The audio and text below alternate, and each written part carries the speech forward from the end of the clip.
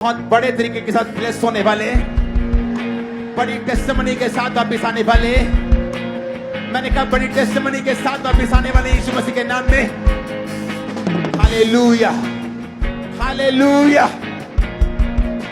तैयार हो ईगल की तरह चलने के लिए, तैयार हो शेर की तरह चलने के लिए, तैयार हो बैल की तरह चलने के लिए, मनुष्य की तरह चलने के लिए।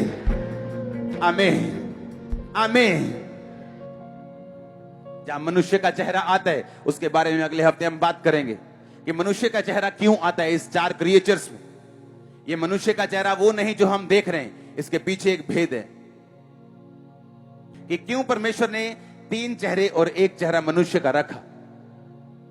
मैंने कहा एक भेद अगर इंसान समझ जाए अपनी लाइफ के लिए, पूरी लाइफ, पूरी फैमिली, पूरी जनरेशन चेंज हो सकती एक भेद के कारण।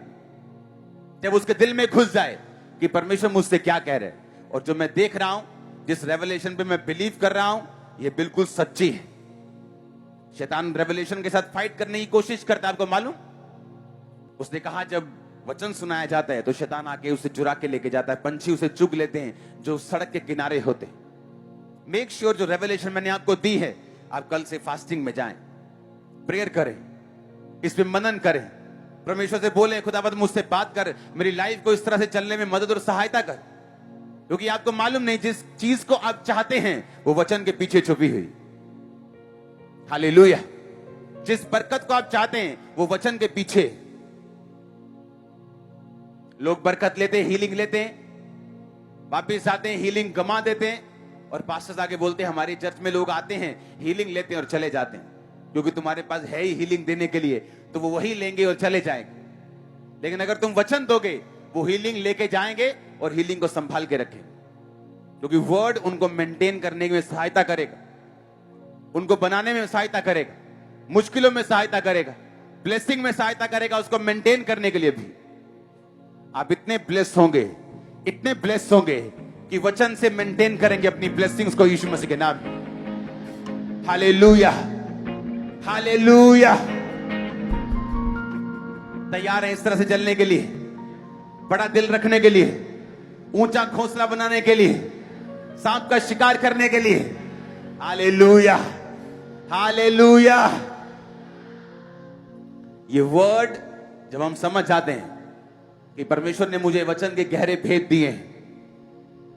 इमेजिन करो बंदा बोल रहा है परमेश्वर मुझसे बात कर, मुझसे बात कर, अपनी मर्जी मुझे बता, और आज तक बाइबल नहीं खोली।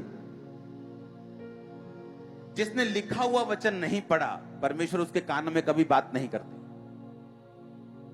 आज प्रोफेटिक चेंज कर दिया लोगों ने, उसको करप्ट कर दिया, उसको गंदा कर दिया। एक रियल प्रॉफिट वर्ड में बहुत डीप होता है अगर वो रियल है तो। क्योंकि वो रियल अगर प्रॉफिट है, क्योंकि वो प्रॉफिटिक वर्ड में जाके आता है। जब आप बहुत वचन में जाते हैं, आप बोल रहे मैं प्रोफेटिक में हूं, और वचन आपको एक पास्टर के बराबर भी नहीं आता। एक पास्टर भी आपसे अच्छा वचन दे लेते,